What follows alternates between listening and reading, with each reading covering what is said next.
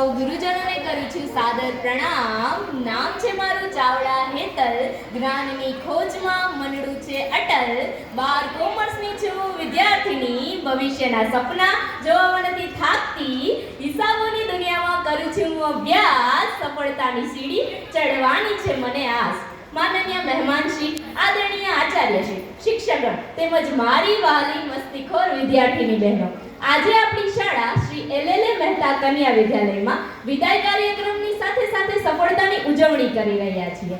આ પ્રસંગે હું ચાવડા હેતલ આ શાળાના મારા 4 વર્ષના અનુભવ કહેવા જઈ રહી છું, તો આપ સૌ શાંતિથી સાંભળો એવી મારી નમ્ર વિનંતી. શાળા એટલે કે એવી જગ્યા કે જ્યાં આપણે હસતા રમતા, મસ્તી કરતા, શીખતા અને ઝઘડતા મોટા થયા છીએ. આપણા મિત્રો સાથે શાળામાં વિતાવેલા દરેક ક્ષણો, વર્ગખંડમાં કરેલી મજાક મસ્તી અને હાસ્યનો ગુંજતો અવાજ, રિસેસ દરમિયાનની વાતો, પરીક્ષાનો ડર અને પરિણામનો ઉત્સાહ, પરીક્ષાના પેપરને 15 મિનિટની વાર હોય ત્યારે મિત્ર સાથે બેસીને વાંચવું, છેલ્લી બેન્ચ પર બેસીને ટીચરની નજરથી બચીને કરેલી ગમ્મત, ખેલ મહાકુંભ અને વાર્ષિક કાર્યક્રમોમાં ભાગ લેવો, ટીચરે આપેલું વેરી ગુડ એ માત્ર વખાણ નથી, એક ઉર્જાનો સ્ત્રોત છે. લેશન ન કર્યું હોય ત્યારે નવું બહાનું કાઢવું, મોટી બેનનું નામ ને અમારું સંબોધન, શિક્ષકનો પ્રેમ પણ અમારી ઓળખનું બંધન.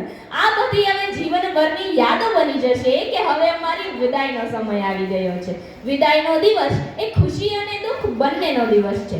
ખુશીનો એટલા માટે કે આપણે આપણા ઉજ્જવળ ભવિષ્ય તરફ આગળ વધી રહ્યા છીએ, અને દુઃખનો એટલા માટે કે આપણે જે શાળામાં એકસાથે ભણ્યા, કે જ્યાં આપણને સારા મિત્રો અને સારા શિક્ષકો મળ્યા, તેમને હવે અલવિદા કહેવાનો સમય આવી ગયો છે. આ વિદાય એ અંત નથી, એ નવા અધ્યાયનો આરંભ છે.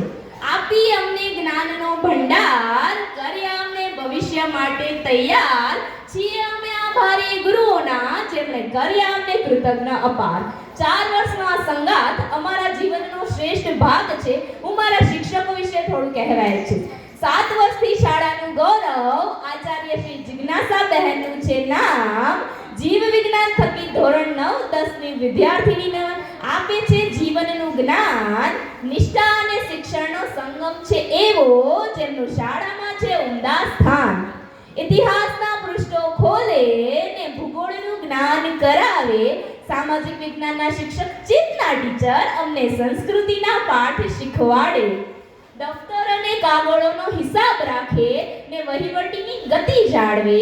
શાળાના ક્લાર્ક શ્રી ભાવના બહેન વ્યવસ્થા જાળવી રાખે. ગુજરાતી ભાષાનું જ્ઞાન આપે ને શરીરને તંદુરસ્ત બનાવે. સર્વજ્ઞાની શિક્ષક છે પ્રજ્ઞા ટીચર, જે અમને પીટી અને ગુજરાતી ભણાવે. અંગ્રેજી ભાષાના નિયમો સમજાવે ને ગ્રામરનો ભેદ કરાવે. સોનિયા ટીચર તેમના જ્ઞાન થકી અંગ્રેજી વિષય સરળ બનાવે. વિજ્ઞાનના સૂત્રોથી તર્ક સમજાવે ને નૃત્યના તાલે જીવંતતા લાવે. પલક ટીચરનું જ્ઞાન છે એવું, જે ડાન્સ અને સાયન્સનો સંગમ વરસાવે. ગીતાના પાઠ અને ગરવી ગુજરાતની છે વાત. હેતલ ટીચર કરાવે છે સંસ્કૃત ગુજરાતીની અનોખી રજૂઆત. અઘરું ગણિત સહેલું બનાવે. ચિરાગ સર ગણિત ગમ્મતથી ભણાવે. સંજય સરનો સ્વભાવ શાંત કે જાણે વહેતી નદીનો કિનારો. તેમના મૌનમાં છુપાયું જ્ઞાન છે, તેમનો સ્વભાવ સૌને પ્યારો. માંગ અને પુરવઠાના સિદ્ધાંતો સમજાવે. બજારની ગતિવિધિ કરાવે. મનીષા ટીચરનું અર્થશાસ્ત્રનું જ્ઞાન દેશની પ્રગતિનો માર્ગ ચિંધાવે. ચાંદની ટીચરને સ્ટેટ, અકાઉન્ટ અને એસપીના વિષયમાં પકડ છે ખાસ. વિદ્યાર્થીનીઓને સફળતાના શિખરે પહોંચાડવાનો તેમનો પ્રયાસ. બીઓના પાઠમાં લાવ્યા છે નવીન ઉમંગ. નિવ્યા ટીચર ભણાવે વ્યવસ્થા તંત્ર નવા ઉત્સાહના સંગ.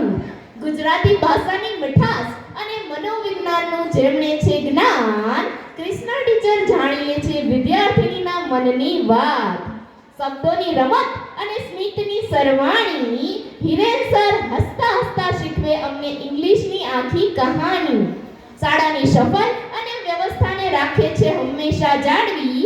રેખા માસીની મહેનતથી શાળા બને છે સ્વચ્છ અને ન્યારી. આપણું બીજું ઘર એટલે કે આપણી શાળા અને આપણું બીજું ફેમિલી એટલે કે આપણા આચાર્યશ્રી, આપણા મિત્રો અને આપણા શિક્ષકો. આપણું ઘડતર તો મા બાપે કર્યું, પણ એ મા બાપ સાથે કેવું વર્તન કરવું એ આપણી શાળાએ શીખવ્યું છે.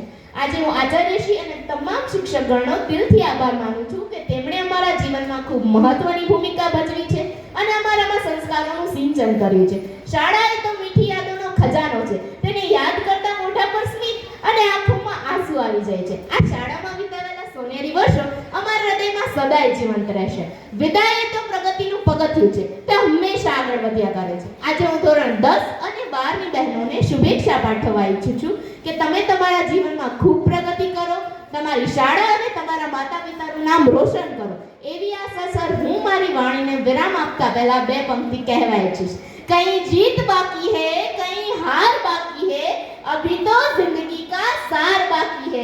यहाँ से चले हैं नई मंजिल के लिए कि यहाँ से चले हैं नई मंजिल के लिए. ये तो सिर्फ एक पन्ना था कि ये तो सिर्फ एक पन्ना था, अभी पूरी किताब बाकी है. आभार.